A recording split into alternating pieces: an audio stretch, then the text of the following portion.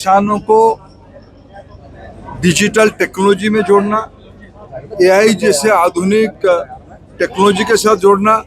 इसलिए बीते साल बजट में उन्होंने शिक्षा विभाग को दायित्व दिया था, कृषि में एआई का प्रयोजन के लिए एक सेंटर ऑफ एक्सीलेंस खोला जाए।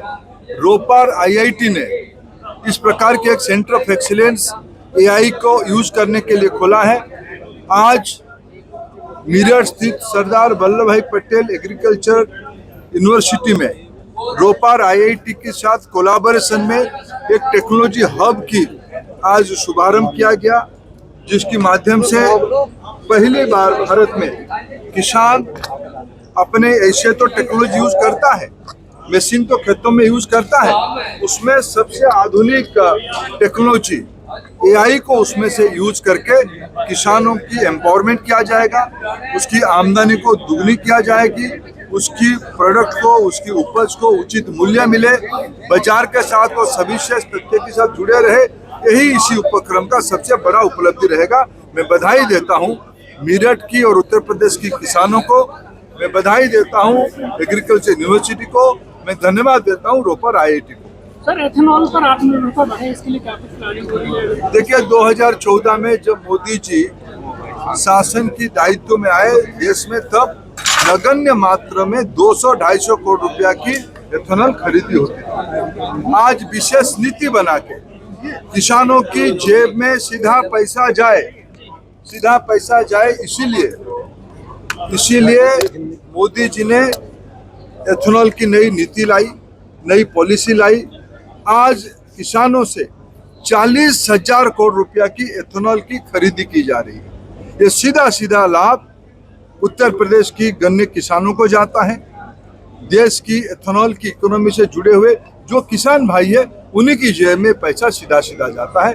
पिछले आज़ादी के उपरांत सबसे किसान हितैषी, किसानों के लिए अगर सबसे ज्यादा काम नीति के ऊपर और कार्यक्रम के ऊपर किसी ने किया है तो प्रधानमंत्री नरेंद्र मोदी जी ने किया है। सर, स्किल सेंटर बनाने की भी आपने बात करी है, जो नए इनोवेशन। आज मैंने जयंत जी को अनुरोध किया है, ये सारे जो नई दुनिया बन रही है, एआई की दुनिया बन रही है, डिजिटल टेक्नोलॉजी की दुनिया बन रही है, उसमें गाँव के किसानों को, नौजवानों को, विशेष करके युवतियों को स्किल्स के साथ जोड़ना चाहिए।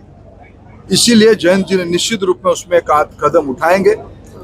एआई की जो इम्प्लीमेंट करते हुए जो स्किल्स लगेंगे, उस स्किल्स के लिए जो काम करना पड़ेगा मेरठ में भी उसको सिखाया जाएगा। अध्याय लिखा जाएगा कृषि विश्वविद्यालय को आईआईटी रोपड़ के साथ जोड़ना, और स्वाभाविक है कि यहाँ जो छात्र पढ़ रहे हैं, जो बीएससी कर रहे हैं एग्रीकल्चर में, आगे वो किसानों के बीच रहेंगे। ये उनके लिए जरूरी है कि वो पहले इस टेक्निक को समझे, नई टेक्नोलॉजी जो आ रही है, जो नई विधि आ रही है, उसको बेहतर रूप से समझे और उसे अपनाएं। किसानों के तो अगर हम चाहते हैं कि किसान इसको अप्लाई करें, ये चीज़ जो हम लैब में बनाते हैं, आविष्कार होते हैं नए, वो खेत तक ले जाएं, तो उसकी नींव रखी जा रही है कि पहले आप नौजवानों को प्रशिक्षित करेंगे।